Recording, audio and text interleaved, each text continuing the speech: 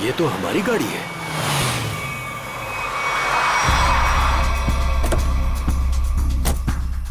ये तो टीना और आकाश की गाड़ी है। Oh my God! आकाश, टीना, बच्चे नहीं है। मैं एक बार फिर से फोन करता हूँ। गाड़ी यहीं पर है तो दोनों बच्चे भी यहीं पर होने चाहिए। कैसे डरावनी जगह है, कितना घना जंगल है ये। पता नहीं टीना और आकाश को यहाँ गाड़ी रोकने की क्या जरूरत थी। दोनों में से किसी का भी फोन नहीं लग रहा है। लूटपाट का मामला तो नहीं लगता है भाई साहब। बच्चों को सारा सामान गाड़ी में ही है। ऐसे बीच सड़क पे बच्चे गाड़ी छोड़ के गए कहाँ? समझ में नहीं आ रहा मेरे दोनों बच्चे कहाँ चले गए, क्या हो गया उनको। मीरा कुछ नहीं होगा हमारे बच्चों को। शांति रखो, घबराओ मत। और यहीं कहीं आसपास देखते हैं। आकाश, टीना, आकाश, आकाश, आकाश, मेरी आवाज सुनाई दे रही है? आकाश, आकाश, टीना, पता नहीं इस घने जंगल में बच्चे कहाँ चले गए। मीरा, गाड़ी यहाँ पर है तो बच्चे भी यहीं पर होने चाहिए।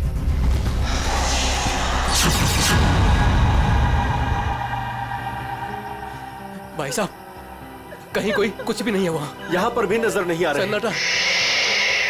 चुप हो जा।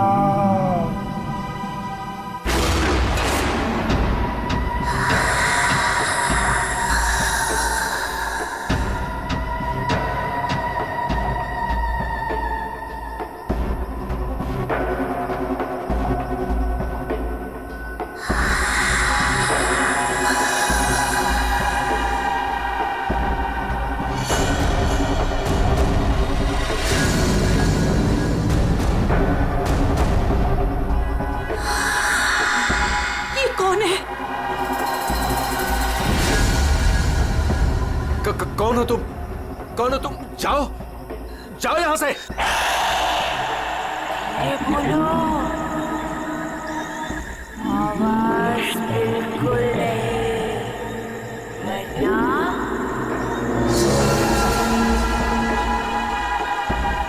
वो आ जाएगी। कौन आ जाएगी? कौन आ जाएगी? वही आएगी जो अपना सर हाथ में लेकर घूमती है।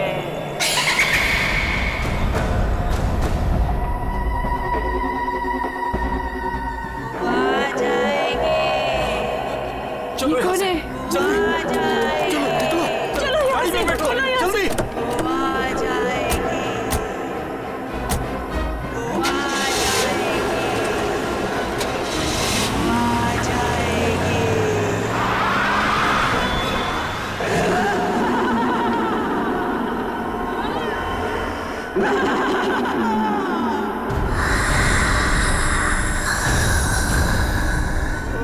जाएगी। आ जाएगी। आ जाएगी।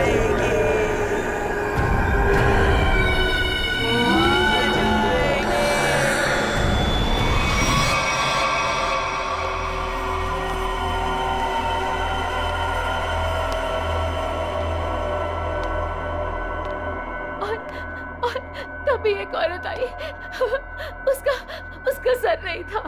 वो मुझे मारने आई थी। वो मुझे मारने आई थी। उसका कटा सर उसके हाथ में ही था। वो मुझे मार डालेगी। वो मुझे मार डालेगी। बचा लो मुझे। वो मुझे मार डालेगी। ये क्या हो गया मेरी वत्सला को? कैसे बर्ताव कर रही है? अब क्या करूं मैं?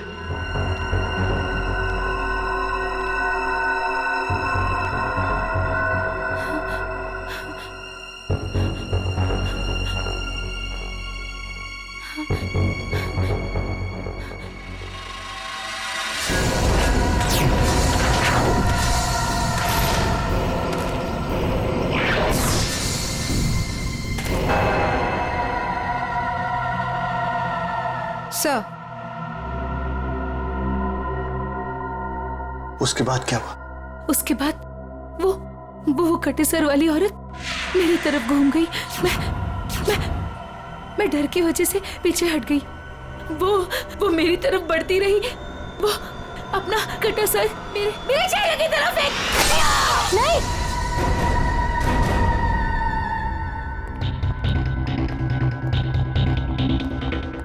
डॉक्टर साहब, क्या हुआ है मेरी वाइफ को?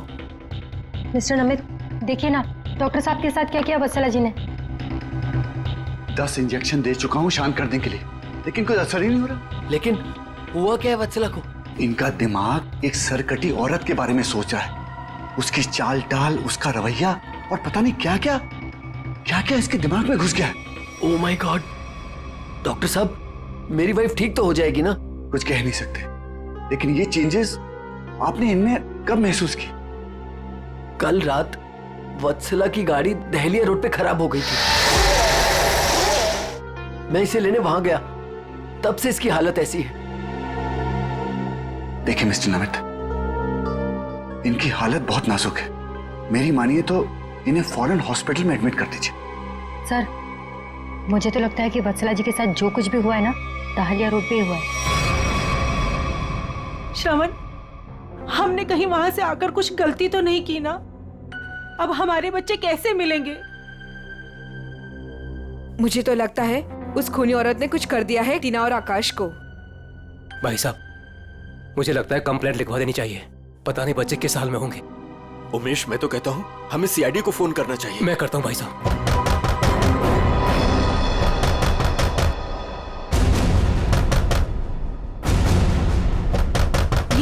इस तरह से दरवाजा कौन पीट रहा है? मैं देखता हूं।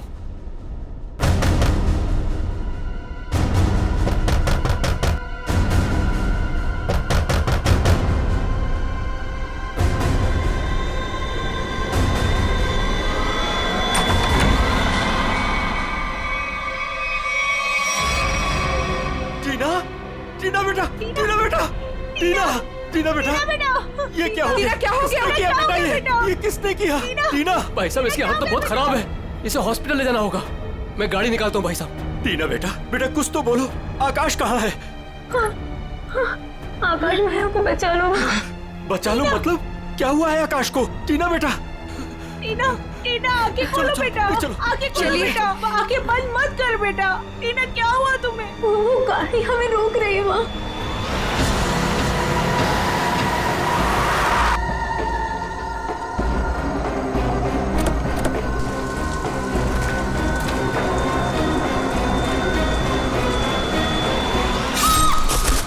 ये कहाँ जा रहा? टीना बेटा, आंखें खोलो बेटा। टीना, तुम हमें छोड़ के नहीं जा सकती।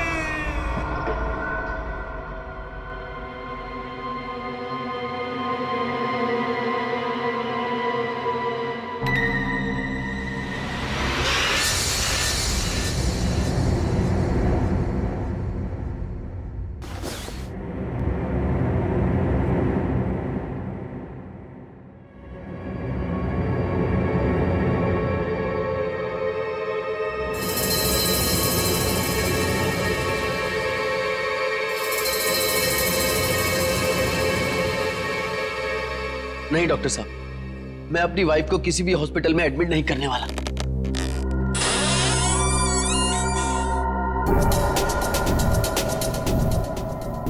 आपसे पहले भी 4 और डॉक्टरों ने मुझे यही एडवाइस दिया। अब मेरी वत्सला का इलाज मेरे घर पर ही कीजिए ना डॉक्टर साहब।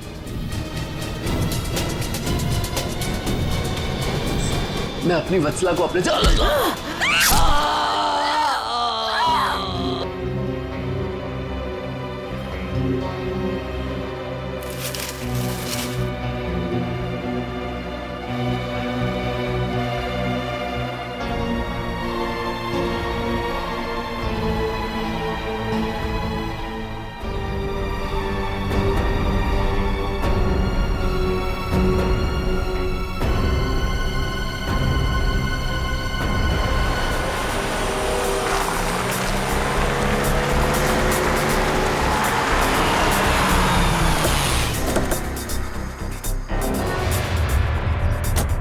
आइए इस तरफ, यहाँ पर आइए।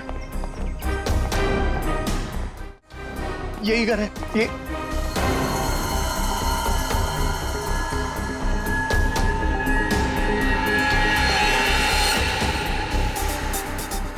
तो यहाँ पे जबरदस्त हाथापाई और तोड़फोड़ हुई है।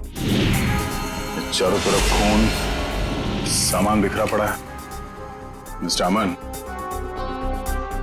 आपको कल रात ही हमें खबर कर देनी चाहिए थी। लेकिन सर, नमित के शरीर पर इतना खून देखा कि मैं डर गया था। हाँ सर। ये जिस किसी भी हथियार से विक्टिम पर हमला किया गया है, वो हथियार काफी तेज धार वाला होगा। सालुंके साहब, आपको कैसे पता चला? ये देखो, ये छोटी छोटी बूंदें देख रहे हो खून की, ये एक धार में सीधी। ऐसा लगता है किसी चाकू या छोटे खंजर का इस्तेमाल किया गया है। पता नहीं जिसको भी इसने मारा है वो जिंदा है या नहीं। और ये खून से सने हुए पांव के निशान ये तो घर के अंदर की तरफ जा रहे हैं। तो यहाँ पर नमित के अलावा कोई और भी रहता है क्या? हाँ, उसकी वाइफ। ओह माय गॉड, उससे तो कुछ नहीं हो गया। अभी जी, एक मिनट देखो सर।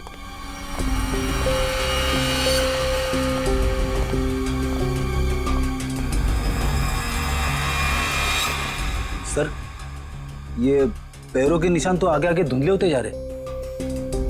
एक काम करो, इस कमरे को चेक करो।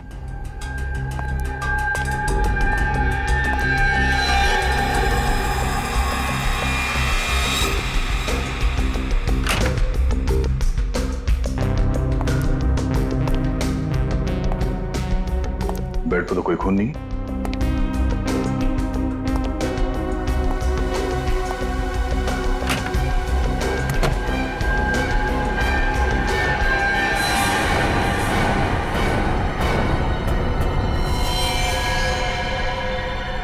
कौन हो तुम?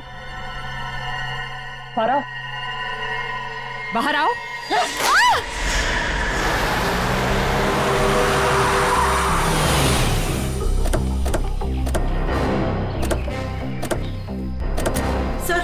सर यही है मेरी टीना और आकाश की गाड़ी। यहीं पर मेरे बच्चों पे वो मुसीबत आई थी।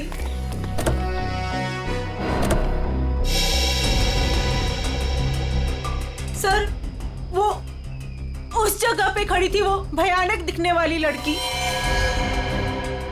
हाँ सर उसी ने हमारी बेटी को मार डाला है और वही हमारे बेटे आकाश को लेकर गई है। सर, गाड़ी के अंदर तो सब ठीक ठाक ही लग रहा है। और सर, हाथापाई के भी कोई निशान नहीं। अच्छा, हाँ, सड़क पे भी जैसा लग नहीं रहा है कि कुछ हुआ है। क्या टीना ने एग्जैक्टली क्या कहा था?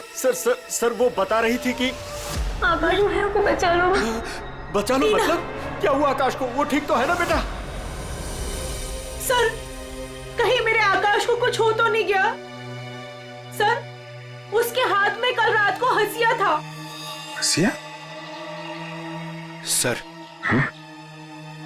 हो सकता है कि शायद आकाश अभी भी उस औरत के कब्जे में हो और टीना किसी भी तरीके से वहां से भाग गई हो सकता है वो जो कोई भी लड़की है शायद आकाश को जंगल में ही ले गई होगी। हाँ सर, हो सकता है आकाश अभी तक जंगल में ही हो। चल के देख लेते हैं। सर, हम भी चलते हैं आपके साथ। नहीं, आप लोग यहीं रुकिए, जंगल थोड़ा खतरनाक है। एक्चुअली आप लोग घर जाइए, कुछ भी पता चलता आपको फोन कर देंगे। ओके? ठीक है सर।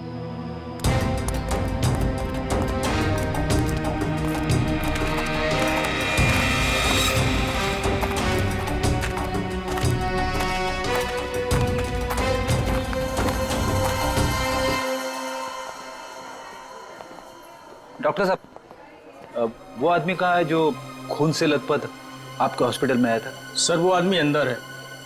तो आप होश में है या अभी भी बेहोश है? नहीं, अभी होश तो आ गया है उसे, मगर थोड़ी बहकी बहकी बातें कर रहा है। क्या हम उनसे मिल सकते हैं? जी बिल्कुल, आइए।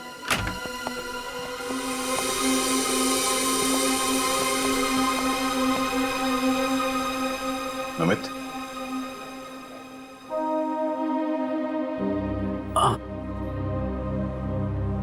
कौन?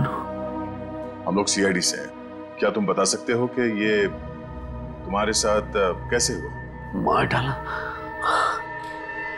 डाला मुझे। मेरी वत्सला ने मुझे मार डाला। पूछिए अमन से। मुझे रोज पीटती थी, पर मैंने कभी भी गुस्से से उसे नहीं घूरा। हाँ सर, मैं हमेशा इस बेचारे की दर्द भरी आवाज सुनता था। मैं समझ जाता था कि भाभी जी का बेलन इसके सर पर बज रहा है। नमित, हम तुम्हारी पत्नी से मिल चुके हैं। कुछ न कुछ तो गड़बड़ हुआ है उसके साथ, लेकिन अचानक वह ऐसा बर्ताव क्यों करने लगी? भगवान, पता नहीं, जब से दहलिया रोड से आई है किसी सरकटी औरत के बारे में बात करती है और किसी पर भी टूट पड़ती है, जैसे जान ले लेगी वो किसी की भी। फिर दहलिया रोड, मतलब जो भी गड़बड़ है वो इस दहलिया रोड पे ही है।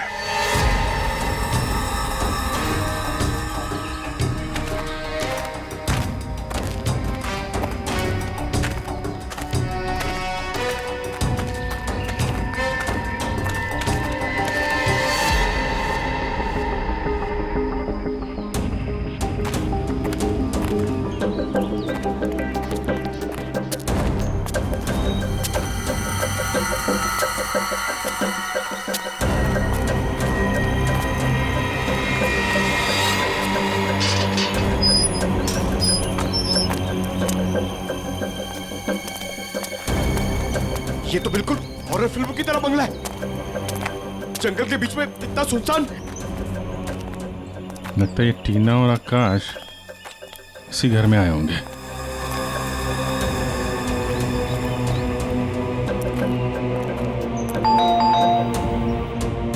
ज्यादा फिल्में मत देखा करो।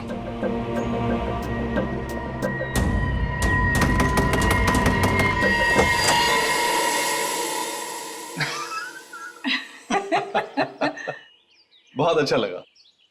इतने सुनसान जंगल में भी कोई हमें मिलने आया। एनीवेज, मेरा नाम डीके है और ये मेरी धर्म पत्नी रागिनी। अरे आइए ना आप लोग, अंदर आइए, बाहर क्यों खड़े हैं? प्लीज आइए आइए आइए। सर, ये लोग तो बहुत अजीब हैं।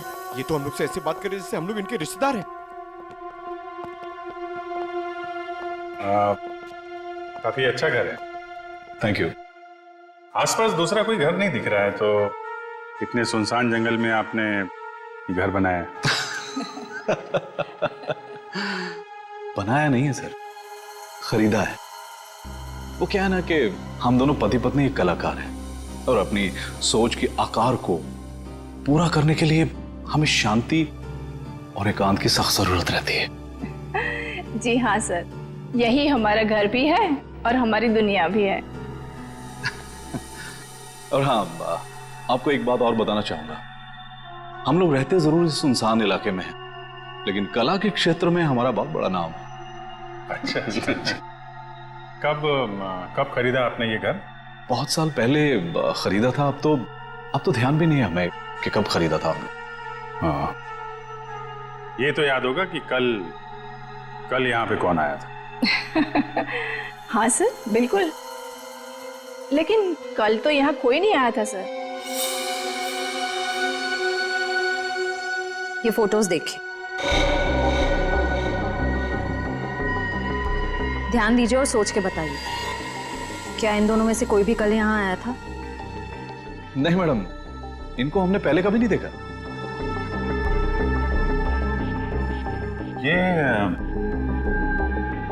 ये कौन है? ये हमारी बेटी अंशिता। 14 जुलाई 2013 को प्लेग की वजह से इसकी मृत्यु हो गई थी। बहुत याद आती है हमें हमारी बेटी की। हम लोग आपसे कितने सारे सवाल पूछे जा रहे हैं, आप नहीं पूछेंगे कि हम लोग कौन हैं और क्यों इतने सारे सवाल कर रहे हैं आपसे?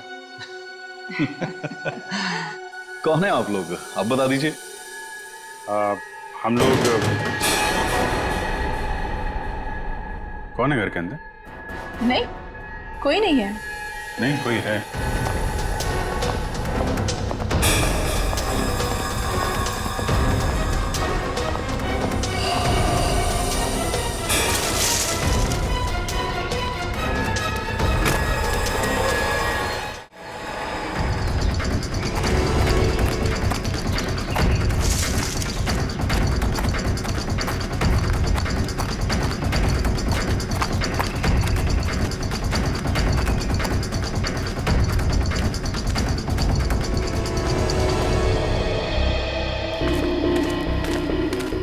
तो इस तरफ ही था। कहीं हमें देखकर छुप तो नहीं गया? हो सकता है आकाश भी उसी के साथ ही होगा शायद। देखते हैं।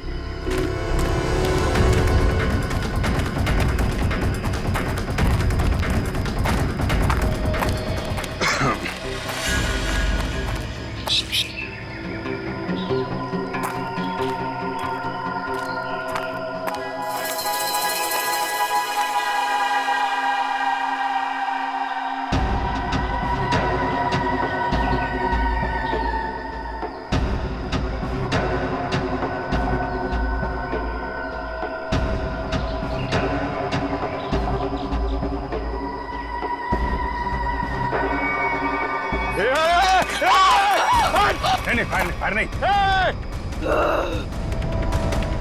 कर नीचे। कौन हो तुम? क्या कर रही थी उस घर के अंदर? हसिया नीचे फेंको। टीना को तुमने मारा था ना? आकाश का धीरे बोलो, वो सुन लेगी। वो तुम्हारे पीछे खड़ी है।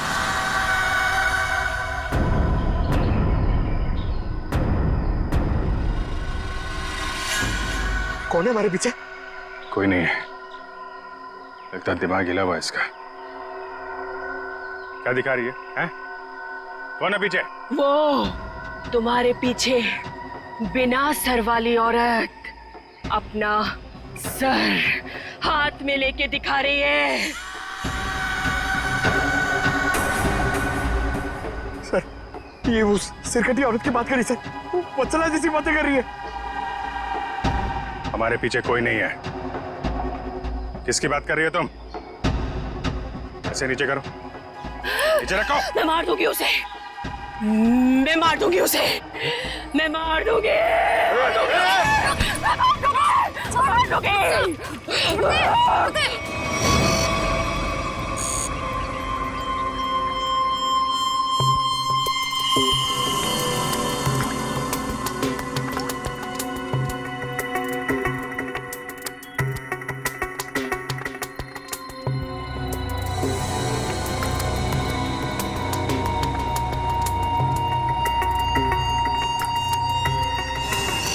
डॉक्टर मल्लिका, आप भी वही सोच रहे हैं जो मैं सोच रहा हूँ?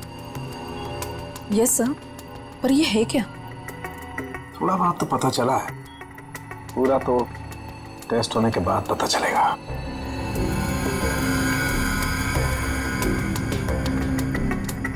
सर, मुझे लगता है कि आप ये कलर एरिया देख रहे हैं। ये ब्रेन टेल की नर्व्स की तरफ आ रहा है। इन दोनों औरतों के दिमाग के साथ छेड़छाड़ी की गई है।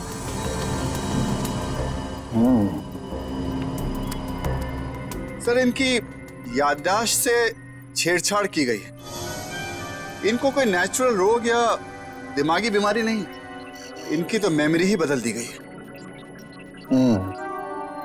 मतलब ये कि आर्टिफिशियल मेमोरी भर दी गई है इनके दिमाग में। Yes sir. क्या आर्टिफिशियल मेमोरी भर दी गई? हाँ जी। मतलब ये दोनों औरतें जो देख रही थी या बोल रही थी, इनके दिमाग का वहम नहीं था? बिल्कुल नहीं था। दरअसल क्या होता है कि इंसान के बचपन से लेकर के उसके बड़े होने तक उसकी जिंदगी की तमाम यादें उसके दिमाग में एक डिस्क की तरह से जमा हो जाती हैं, कुछ इस तरह से। और फिर कोई एक दिन गर्दन के पीछे ऐसा इंजेक्शन लगा देता है, ये देखिए, यहां दिख रहा है, जिससे ब्रेन में कंपार्टमेंट्स बन जाते हैं और जिंदगी की सारी याद ब्लॉक हो जाती है। इंसान एक सेमी कॉन्शियस स्टेट में चला जाता है, आधी बेहोशी की हालत में। के बाद फिर क्या होता है? इसमें इंसान के दिमाग को सुन कर देने वाला ड्रग दिया जाता है। इंसान अगला पिछला सब भूल जाता है। आप सुन सकते हो, समझ सकते हो, लेकिन आप रिएक्ट नहीं कर सकते। और फिर इस हालत में उसको एक कटी सिर वाली औरत दिखाई जाती है और उसके कानों में बार बार ये बातें सुनाई जाती है कि ये लोग आपको मारने वाले हैं और ये सारे इंसान आपके दुश्मन हैं और आपको उनको मार देना है। ड्रग के असर की वजह से दिमाग कुछ इस तरीके का दिखाई देने लगता है। हर याद को दबाकर, सप्रेस करके उसे सिर्फ उतना ही हिस्सा याद करने के लिए दिया जाता है जितना कि बेहोशी की हालत में उसे सुनाया या दिखाया गया था। सर यानी कि इन दोनों औरतों ने सच में एक सरकटी औरत को देखा और होश में आने के बाद दोनों को सिर्फ उतना ही याद है। बिल्कुल। वरना सोचो, दो लड़कियां जो एक दूसरे को जानती नहीं, पहचानती नहीं, वो एक ही समय पर एक ही जैसी बात कैसे सोच सकती हैं? मतलब इनकी मेमोरीज को बदल दिया गया है। ड्रग्स कौन सा इस्तेमाल किया गया इनके ऊपर? डोडियन और हेपिस जैसे न्यूरॉन अफेक्टिंग ड्रग्स। ये ऐसी दवाइयाँ जो ब्रेन की मेमोरी लोकेशंस को नष्ट कर देती है। आपको ये भी याद नहीं रहेगा कि आप हैं कौन, और आपको उतना ही याद रहेगा जितना आपको बताया जाएगा। हमारे टेस्ट में भी काफी ऐसे ड्रग्स मिले हैं जो याददाश्त मिटाने के लिए काफी हैं, और हाँ, इन्हें हल्के इलेक्ट्रिक शॉक्स भी दिए गए। मुझे नहीं लगता ये लड़कियां कभी भी ठीक हो सकती, क्योंकि इस बीमारी का अभी तक कोई एंटीडोट इजाद नहीं हुआ है और हिप्नोसिस में महीनों लग जाएंगे, और फिर भी इस बात की गारंटी नहीं है कि इनकी खोई हुई मेमोरी इन्हें वापस मिल सकती है। अरे सर, ये सब सुन के मेरा सर फटने लग रहा है। सर, आप मेरा ब्रेन मैपिंग कर लीजिए। डहलिया रोड के बंगले के मालिक डीके, रागनी और सड़क पे खड़ी उस लड़की का राज तो अब डहलिया रोड पे जाके ही पता चलेगा। तो थोड़ा घूम आते हैं डहलिया रोड।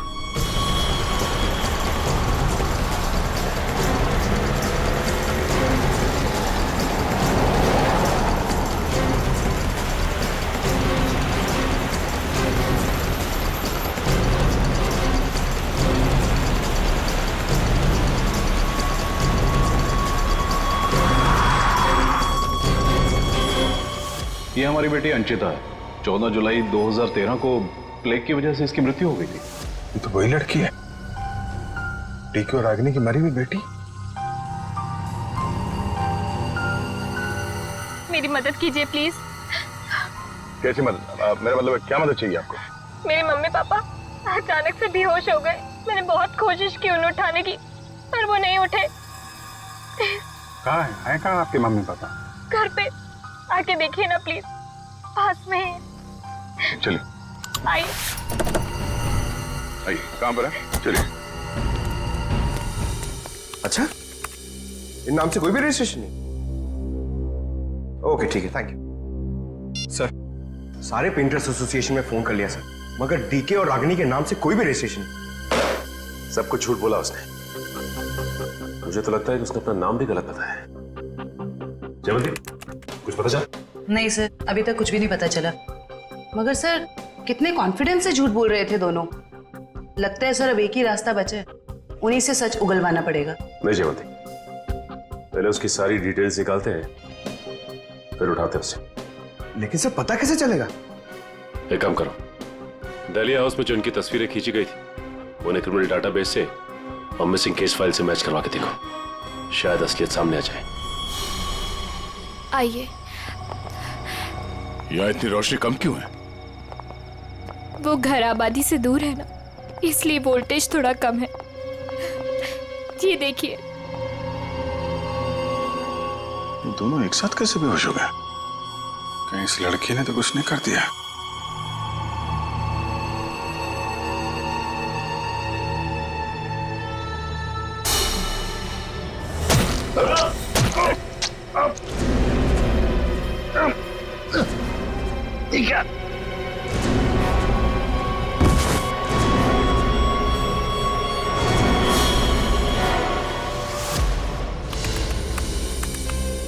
सर, दोनों फोन्स के सिग्नल नहीं मिल रहे हैं। सर, कुछ सेकंड्स पहले तक अभिजीत सर और दया सर का फोन दहलिया रोड पे बता रहा था, लेकिन अभी लोकेशन नहीं दिख रही है।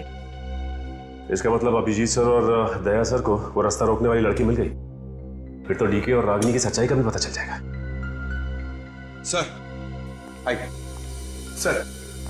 सर ये है मिसेस साक्षी, उस नकली डीके और इलेश की माँ। नमस्ते। कहाँ है मेरा बेटा? कहाँ है इलेश? ये ऑफिसर कह रहे हैं उसका नाम डीके है, और उसकी एक पत्नी है जिसका नाम है रागिनी। ये कैसे हो सकता है? ये सब झूठ है। जी नहीं, ये सच है। एक छानबीन के दौरान आपके बेटे और उस औरत से मुलाकात हुई हमारी, जो अब डीके और रागिनी बने बैठे, और उसी छानबीन में मिसिंग कंप्लेन से उनकी सच्चाई भी पता चली। मैम, आप हमें बता सकते हैं कि आपके बेटे इलेश ने अपना नाम बदल के डीके क्यों रख लिया? मेरा बेटा अपना नाम क्यों बदलेगा? मुझे इस बारे में कुछ नहीं पता। देखिए माताजी, वो रागिनी उर्फ नीता के साथ में कहीं छुपा हुआ बैठा है। अब ये औरत को जानती है? ये लड़की कौन है और कैसे मेरे बेटे की जिंदगी में आई, मुझे कुछ नहीं पता।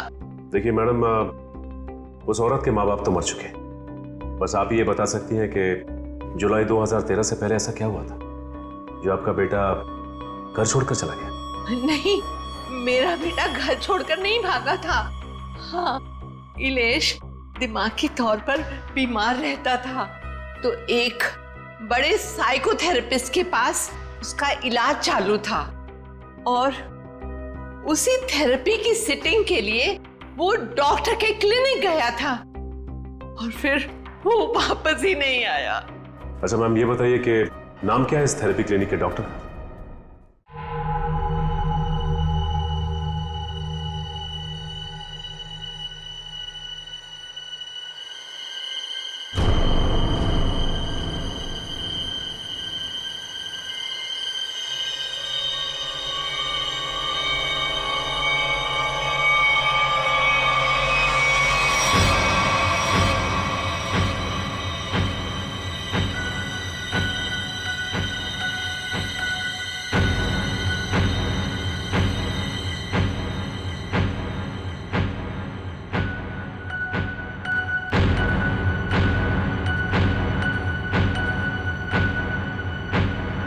मारो, बचा लो खुद को, मार डालो।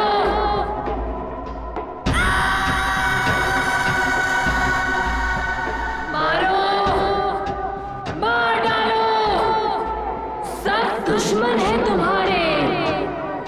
मारो, मार डालो, बचा लो खुद को। मारो, मारो, मार दो,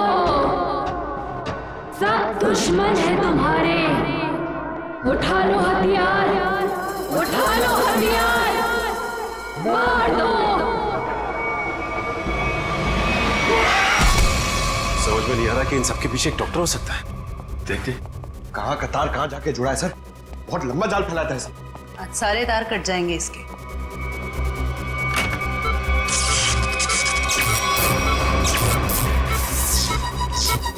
Oh my God.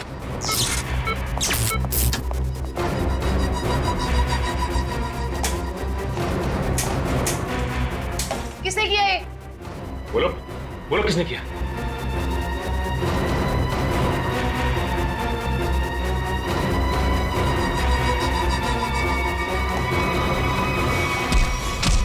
बता कौन है इन सबके पीछे? तुम उस बिना सर वाली औरत के साथ मिले हो ना? मैं नहीं, तुम उस सरकटी औरत के साथ मिले हुए हो। मैं जानता हूं, मैं छोड़ूंगा नहीं तुमको। तुम और उस औरत दोनों को खत्म कर दूंगा मैं। तुम मुझे मारना चाहता है ना?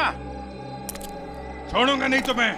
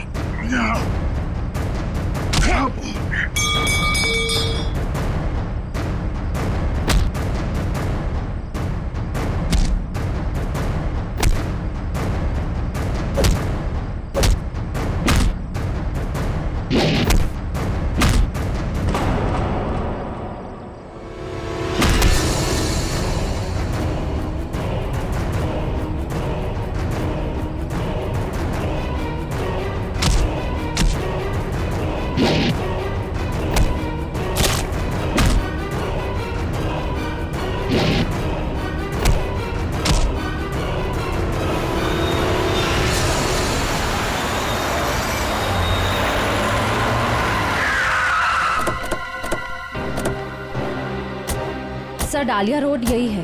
हो सकता है अभिजीत सर और दया सर यहीं कहीं होंगे। हो सकता है वो डीके और रागनी के हों।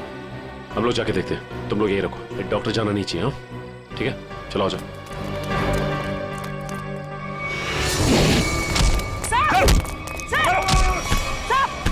अभिजीत सर, क्या कर रहे हो आप लोग? सर, क्या कर रहे हो आप लोग? संभालो। क्या कर रहे हो? अभिजीत सर, सर क्या कर रहे हो? Please, please. नहीं सर। चल जल्दी, चल। एंटीडोट दे जल्दी।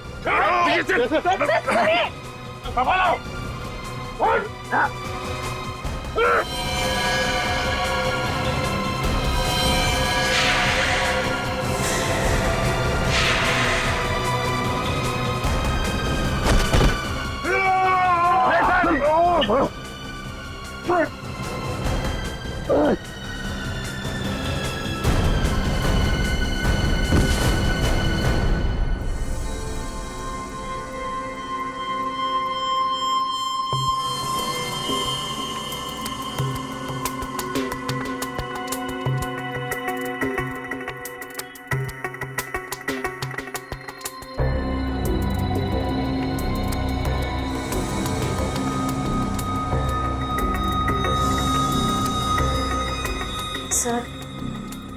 सर सब ठीक तो है ना? एंटीडोट ने असर शुरू कर दिया, थोड़ी देर में होश आ जाएगा दोनों को।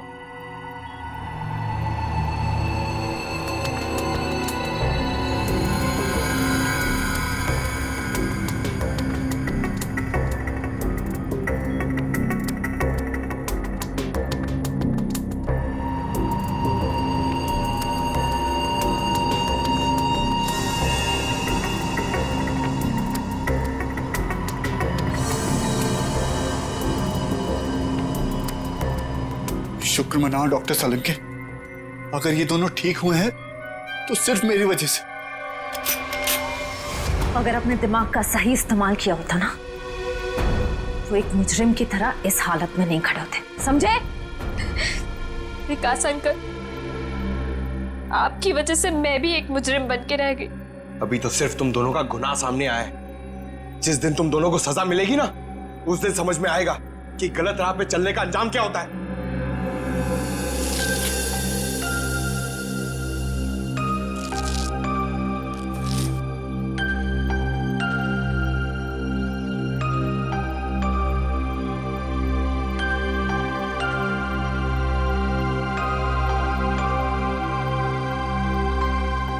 हम ये दहलिया रोड वाले बंगले पे?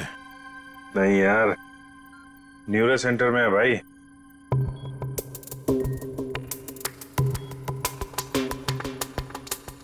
और मुजरिम हमारे सामने खड़ा है।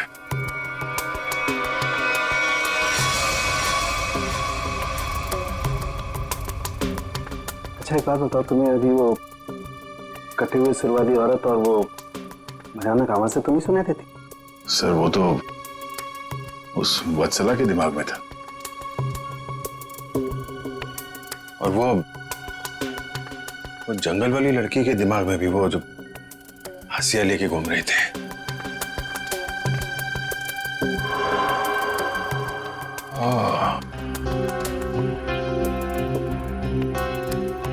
अब समझ में आया,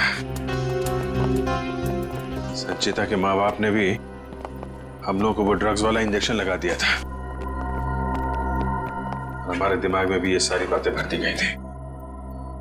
बताओ डॉक्टर विकास, क्यों किया तुमने ये सब? जल्दी बता, वरना हमें तुम्हारा इलाज करना पड़ेगा। क्या बताऊं, डॉक्टर सालुंके ने सब कुछ समझा तो दिया था। मैं दुनिया में तहलका मचाने वाला ब्रेन मैपिंग एक्सपेरिमेंट करना चाहता था। बेहोशी में मैं लोगों को यहां लाता था और उनके ब्रेन से उनकी सोच को निकालकर अपनी सोच भर देता था। जरा सोचो, कितनी ताकत थी मेरे हाथ में। जब वो लोग जागते थे तो उन्हें वही दिखता था और उनके दिमाग में वही ब्रेन की मेमोरी थी जो जो मैंने डाली थी। उनका ब्रेन वही करता था जो मैं कहता था। मतलब कि मैं उनके ब्रेन से सब कुछ करा सकता था। और तुम दोनों ने भी तो वही किया ना। और ये अंशिता, इसने भी गुनाह में तुम्हारा साथ दिया था। मैं इनकी भतीजी हूँ, इन्होंने ही मुझे पाला पोसा। डीके और रागिनी मेरे माँ बाप नहीं है। वो घर, डीके, रागिनी, मैं, ये सारा विकास अंकल का बिछाया हुआ एक जाल था। और आकाश, उसके साथ क्या किया तुम लोगों ने? उसकी ड्रग की डोज ज्यादा हो गई थी, उसे ब्रेन हैमरेज हो गया था। उसकी मौत का मुझे बहुत अफसोस है। तुम्हारे जैसा जीनियस डॉक्टर लोगों के दिमाग का गलत इस्तेमाल करने के चक्कर में गुनहगार बन गया। तुम्हारी खोज इंसानियत के खिलाफ है। कानून तुम्हें इसकी जरूर सजा देगा। शायद फांसी होगी तुम्हें।